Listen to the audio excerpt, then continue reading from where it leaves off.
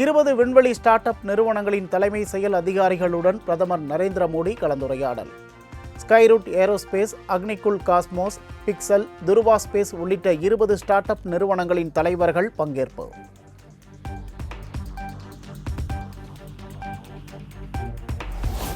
விண்வெளி தொழில்நுட்பத்தை ராக்கெட்டுகள், செயற்கைக்கோள்களுடன் சுருக்கக்கூடாது. விண்வெளித்துறையின் 20 start up நிறுவனங்களின் தலைமை செயல் அதிகாரிகளுடன் பிரதமர் மோடி பேச்சு.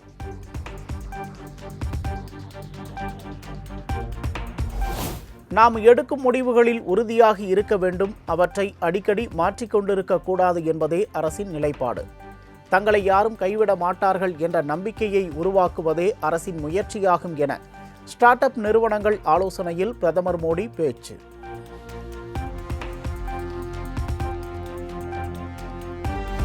நாடாளுமன்ற கூட்டத்தொடர் இன்னும் அதிகாரப்பூர்வமாக முடித்து வைக்கப்படாதது ஏன்? தொகுதி மறுவரையறை மசோதாவை மீண்டும் தாக்கல் செய்ய திட்டமா என மத்திய அரசுக்கு காங்கிரஸ் கேள்வி.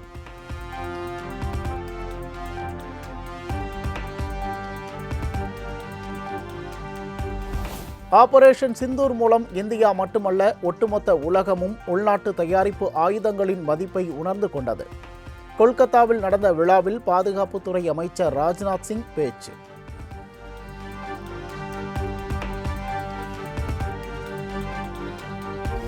மத்தியில் பாஜக அரசு பதவியேற்ற 12 ஆண்டுகளில் எதன் விலைதான் குறைந்துள்ளது? சர்க்கரை விலை ஏற்றம் குறித்த கேள்விக்கு சிவசேனா யூபிடி எம்பி சஞ்சய் ராவத் கருத்து.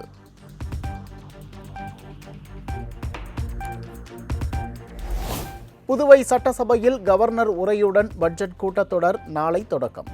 2026-2027 ஆண்டுக்கு ரூபாய் 14,300 கோடி பட்ஜெட் தாக்கல் செய்கிறார் முதலமைச்சர் ரங்கசாமி.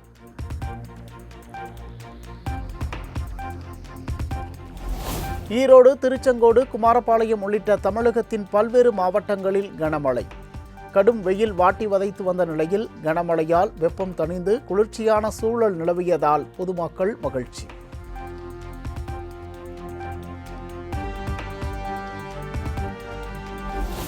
தமிழக கடலோர பகுதிகளில் கீழ்மட்ட வளிமண்டலத்தில் பலவீனமான காற்றழுத்த தாழ்வு பாதை நிலவுகிறது என வானிலை ஆய்வு மையம் தகவல்.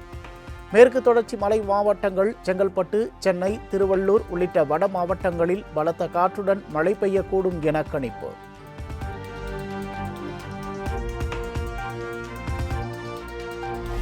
கோவை மாவட்டத்தின் மலைப்பகுதிகள் மற்றும் நீலகிரி மாவட்டத்தில் வரும் 26ஆம் தேதி வரை பலத்த காற்றுடன் கூடிய கனமழை பெய்ய வாய்ப்பு.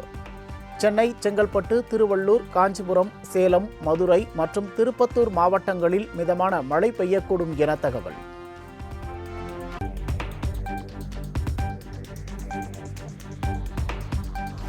தருமபுரி மாவட்டம் ஒகேனக்கல் காவிரி ஆற்றில் நீர்வரத்து 13,000 கனஅடியாக அதிகரிப்பு.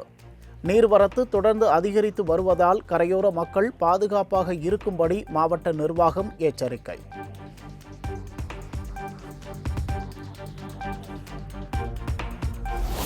தேர்தலுக்கு கோடிக்கணக்கில் செலவு செய்துள்ள திமுக பாஜகவின் கட்டுப்பாட்டில் இருக்கிறது. தொகுதி மறுவரையறையை எதிர்த்து வாக்களிக்கிறோம் என்று இதுவரை திமுக ஒரு வார்த்தையை கூட பயன்படுத்தவில்லை என அமைச்சர் நிர்மல்குமார் தாக்கு.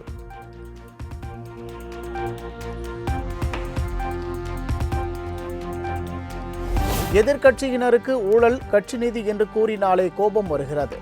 சட்டப்பேரவையில் எதிர்க்கட்சியினர் தேவையில்லாத வார்த்தையை பேசும்போதுதான் பதில் சொல்ல வேண்டியுள்ளது என அமைச்சர் நிர்மல்குமார் பேட்டி.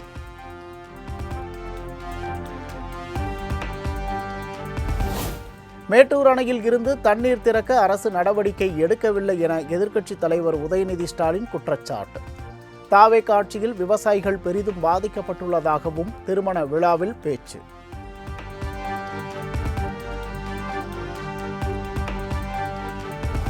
தஞ்சாவூர்ல பேசும்போது ரொம்ப ஜாக்கிரதையா பேசணும். நாம பேசுனா கூட பரவாயில்ல, கீழே இருந்து பேசி நம்மளை மாட்டி விட்டுருவாங்க. தஞ்சாவூரில் நடந்த சம்பவத்தால் தான் கைது செய்யப்பட்டது குறித்து திருமண விழாவில் நினைவு கூர்ந்த உதயநிதி ஸ்டாலின்.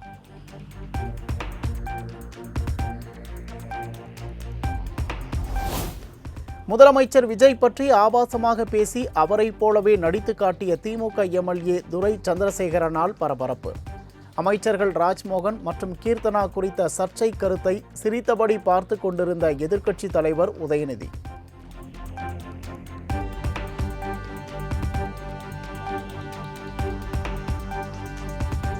தாவேகா ஆட்சியில் குற்றங்கள் பெருகி சட்டம் ஒழுங்கு சீரழிந்து விட்டதாக திமுக எம்பி கனிமொழி குற்றச்சாட்டு. குற்றச் செயல்களில் ஈடுபட்டவர்களில் பெரும்பாலானோர் தாவேகாவினர் என்பதால் எந்த நடவடிக்கையும் எடுக்கப்படவில்லை எனவும் காட்டம்.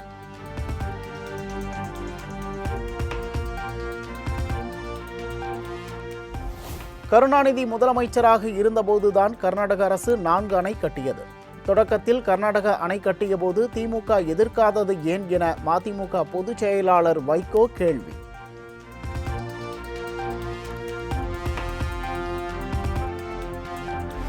டெல்டா மாவட்டங்களில் மழையால் ஏற்பட்டுள்ள நெற்பயிர்களுக்கு உரிய இழப்பீடு வழங்க அதிமுக பொதுச் செயலாளர் எடப்பாடி கே பழனிசாமி வலியுறுத்தல். விவசாயிகளின் கண்ணீரை துடைப்பது தாவேகா கூட்டணி அரசின் கடமை என்றும் அறிவுறுத்தல்.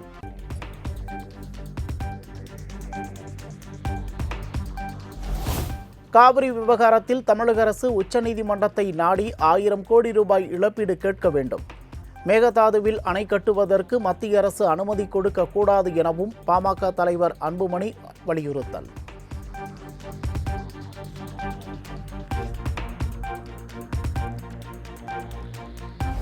திமுக ஆட்சியில் 3 துறைகள் மட்டுமல்ல, அனைத்து துறைகளிலும் ஊழல் படுமோசமாக இருந்ததாக பாமக தலைவர் அன்புமணி குற்றச்சாட்டு.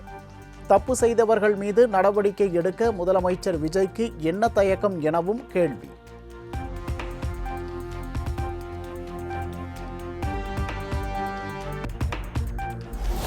சென்னை தண்டையார்பேட்டையில் போராட்டத்தில் ஈடுபட்ட தூய்மை பணியாளர்கள் குண்டுகட்டாக கைது. ஊதிய உயர்வு, பணி நிரந்தரம் உள்ளிட்ட பல்வேறு கோரிக்கைகளை வலியுறுத்தி போராட்டம்.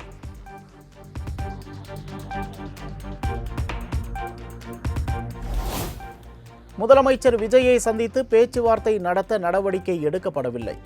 தாங்கள் கேட்கும் ஊதிய உயர்வு ரூபாய் 25,000 அரசால் கொடுக்க முடியாதா எனவும் தூய்மை பணியாளர்கள் கேள்வி.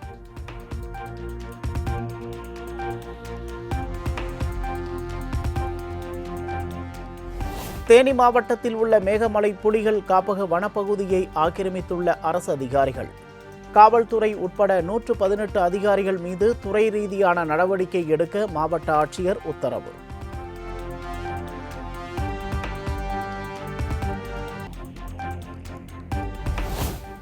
ஆல்கஹால், புகையிலைகளை விட ஆபத்தானது மொபைல் போன்கள்தான். ஈஷா சார்பில் நடைபெறும் ஈஷா கிராமோற்சவம் விளையாட்டுப் போட்டிகளை துவக்கி வைத்த எம்எல்ஏ கனிமொழி சந்தோஷ் பேச்சு.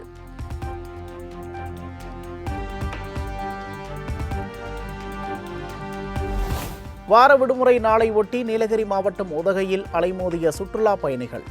உதகை அரசு தாவரவியல் பூங்கா, ரோஜா பூங்கா, படகு இல்லம், தொட்டபெட்டா, மலைசிகரம் உள்ளிட்ட சுற்றுலா தலங்களை கண்டு ரசிப்பு.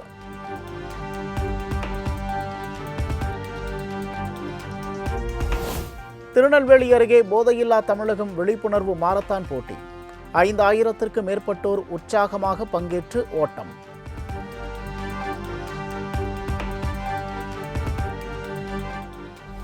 நாட்டுப்புற கலைஞர் திருநகை சஞ்சனாவை காதலித்து திருமணம் செய்து கொண்ட கோயில் அர்ச்சகர் நாகராஜன். இரு வீட்டார் சம்மதத்துடன் கோயிலில் திருமணம் செய்து கொண்ட நிகழ்ச்சி சம்பவம்.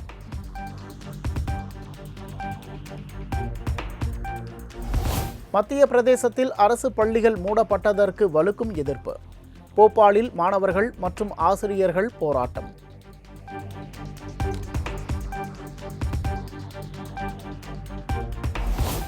டெல்லியில் 1777 பேருக்கு பன்றிக் காய்ச்சல் பரவல். மக்கள் கூட்டம் நிறைந்த பகுதிகளில் முகக்கவசம் அணிய மாநில அரசு அறிவுறுத்தல்.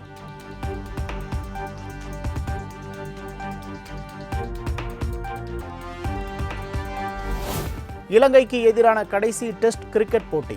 முதல் நாள் ஆட்ட நேர இறுதியில் 5 விக்கெட்டுகள் இழப்புக்கு 300 ரன்கள் எடுத்து வலுவான நிலையில் இந்தியா.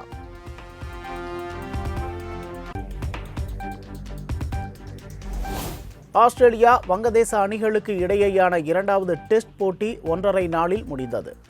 51 ரன்கள் வித்தியாசத்தில் வங்கதேச அணியை வீழ்த்தி ஆஸ்திரேலியா அபார வெற்றி.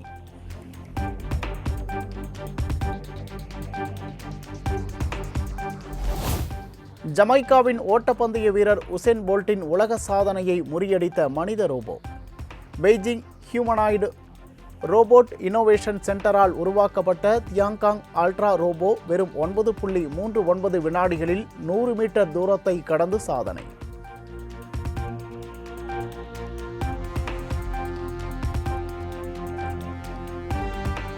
ஜப்பானில் நடைபெறவுள்ள 2026 ஆசிய விளையாட்டுப் போட்டி. இந்திய ஆண்கள் மற்றும் பெண்கள் கபடி அணிகள் அறிவிப்பு.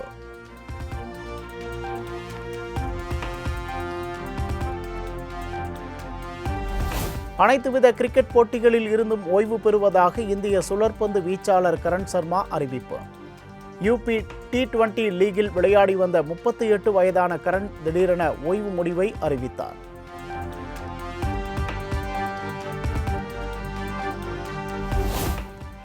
ஐரோப்பாவில் நடைபெற்று வரும் மிச்சலின் லீ மேன்ஸ் கோப்பை கார் பந்தயத்தில் கட்டுப்பாட்டை இழந்து விபத்தில் சிக்கிய நடிகர் அஜித்குமார். எந்தவித காயமும் இன்றி நடிகர் அஜித்குமார் உயிர் தப்பினார்.